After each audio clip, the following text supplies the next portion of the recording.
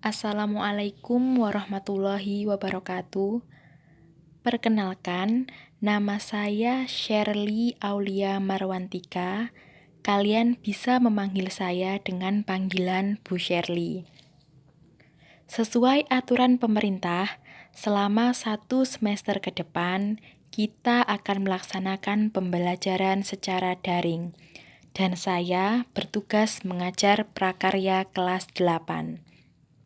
Tetap semangat ya, dan jaga kesehatan.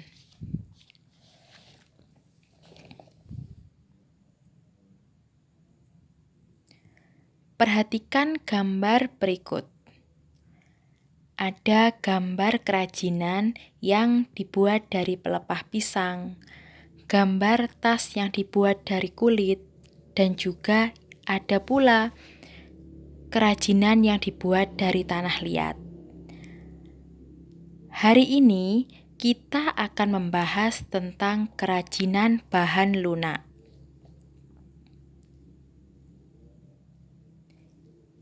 Indonesia merupakan negara yang kaya akan sumber daya alam. Ada kerang yang menghasilkan mutiara, hutan, perkebunan kelapa, emas, dan lain sebagainya. Sumber daya alam yang ada di Indonesia dimanfaatkan untuk berbagai hal, misalnya sebagai bahan untuk membuat kerajinan. Salah satu kerajinan yang dibuat oleh masyarakat Indonesia adalah kerajinan tangan. Kerajinan tangan merupakan benda hasil karya yang diciptakan manusia dan menjadi barang yang berharga, serta memiliki nilai jual. Bahan yang digunakan untuk membuat berbagai kerajinan, salah satunya adalah bahan lunak.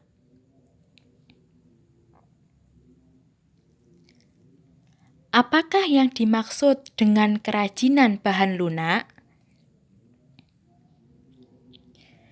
Kerajinan dari bahan lunak adalah produk kerajinan yang dibuat menggunakan bahan dasar yang bersifat lunak, empuk, dan mudah untuk dibentuk.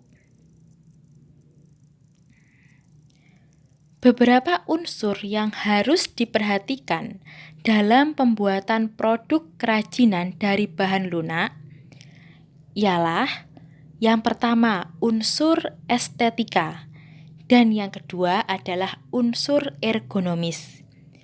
Kita akan membahas mengenai unsur estetika terlebih dahulu. Unsur estetika berhubungan dengan seni, keindahan, dan tanggapan manusia terhadap kerajinan tersebut.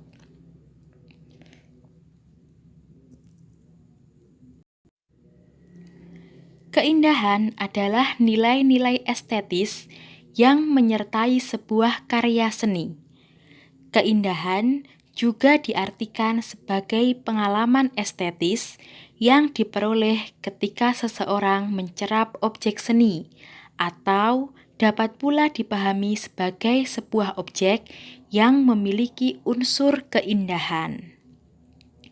Dalam pembuatan karya seni, termasuk seni kerajinan, harus mengandung prinsip-prinsip yang diantaranya adalah kesatuan, keselarasan, keseimbangan, dan kontras, sehingga menimbulkan perasaan haru, nyaman, nikmat, bahagia, agung, ataupun rasa senang. Yang kedua adalah unsur ergonomis. Pada umumnya, unsur ergonomis kerajinan selalu dikaitkan dengan aspek fungsi atau kegunaan. Adapun unsur ergonomis dari kerajinan adalah keamanan, kenyamanan, dan keluasan. Prinsip kerajinan dari bahan lunak. Adapun prinsip dalam kerajinan dari bahan lunak antara lain Keterampilan tangan. Kerajinan dibuat dengan menggunakan keterampilan tangan. Meskipun diproduksi banyak, produksi kerajinan masih tetap mengandalkan tangan.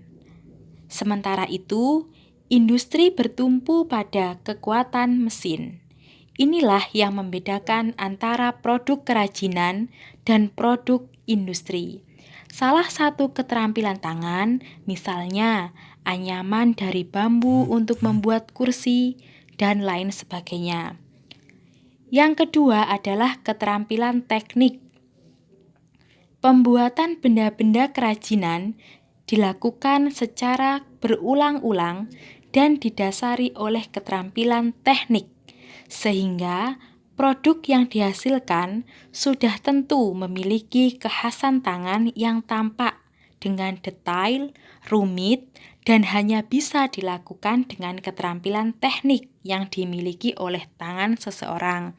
Misalkan teknik merajut, menjahit, dan lain sebagainya. Yang ketiga adalah kedaerahan atau tradisional. Kerajinan merupakan benda-benda yang mempunyai nilai guna praktis, bersifat universal, dibuat dengan keterampilan teknik tangan, namun masih dipengaruhi oleh adat istiadat setempat. Misalnya, pembuatan kerajinan topi caping yang merupakan khas dari Kabupaten Magetan. Jenis kerajinan bahan lunak. Berdasarkan manfaatnya, jenis karya kerajinan bahan lunak dapat dibedakan sebagai berikut. Yang pertama, sebagai kelengkapan suatu benda. Contohnya, kotak tisu yang dilengkapi dengan hiasan keramik pada bagian muka. Jika kotak tisu sudah tidak terpakai, keramik dapat dilepas dan dipasang pada kotak tisu lainnya. Yang kedua adalah sebagai kelengkapan busana. Misalnya, produk-produk aksesoris seperti gelang, kalung, bros, dan cincin.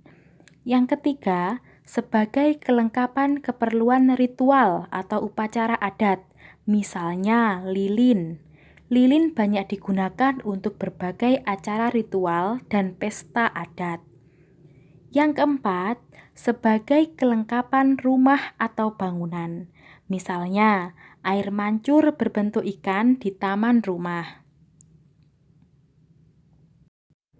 Fungsi kerajinan dari bahan lunak. Fungsi produk kerajinan bahan lunak dapat dibedakan menjadi dua. Yang pertama, kerajinan sebagai benda pakai. Karya ini meliputi segala bentuk kerajinan yang digunakan sebagai alat, wadah, atau dikenakan sebagai pelengkap busana. Seperti sebagai benda pakai, produk karya kerajinan yang diciptakan mengutamakan fungsinya. Adapun unsur keindahan hanyalah sebagai pendukung, misalnya pembuatan kendi yang dipakai untuk minum, ataupun pembuatan bahan-bahan yang terbuat dari tanah sebagai penunjang dapur. Yang kedua, kerajinan sebagai benda hias. Karya ini meliputi segala bentuk kerajinan yang dibuat dengan tujuan untuk dipajang atau digunakan sebagai hiasan atau elemen estetis. Jenis ini lebih menonjolkan aspek keindahan daripada aspek kegunaan. Misalnya, segala bentuk hiasan yang diletakkan di tembok rumah, seperti bahan-bahan yang terbuat dari kayu, bambu, dan lain sebagainya. Jenis dan karakteristik bahan lunak untuk membuat kerajinan. Yang pertama adalah bahan lunak alami. Apa yang dimaksud dengan bahan lunak alami? Bahan lunak alami merupakan bahan lunak untuk karya kerajinan yang diperoleh dari alam sekitar dan cara pengolahannya juga secara alami, serta tidak dicampur atau dikombinasi dengan bahan buatan. Misalkan serat alam, kulit hewan, getah nyatu, tanah liat, dan foreklay. Yang kedua adalah bahan lunak buatan. Apakah yang dimaksud dengan bahan lunak buatan? Bahan lunak buatan merupakan sesuatu yang diolah manusia dari bahan kimia dan paduannya, bukan asli dari alam, dengan maksud mendapat efek duplikasi bahan atau alam dan bersifat lunak. Misalnya, plastisin, sabun, fiberglass, gips, dan parafin. Pembelajaran hari ini cukup sampai di sini. Sebagai tugas, kalian kerjakan di buku tulis latihan siswa halaman 12. Selamat mengerjakan. Wassalamualaikum warahmatullahi wabarakatuh.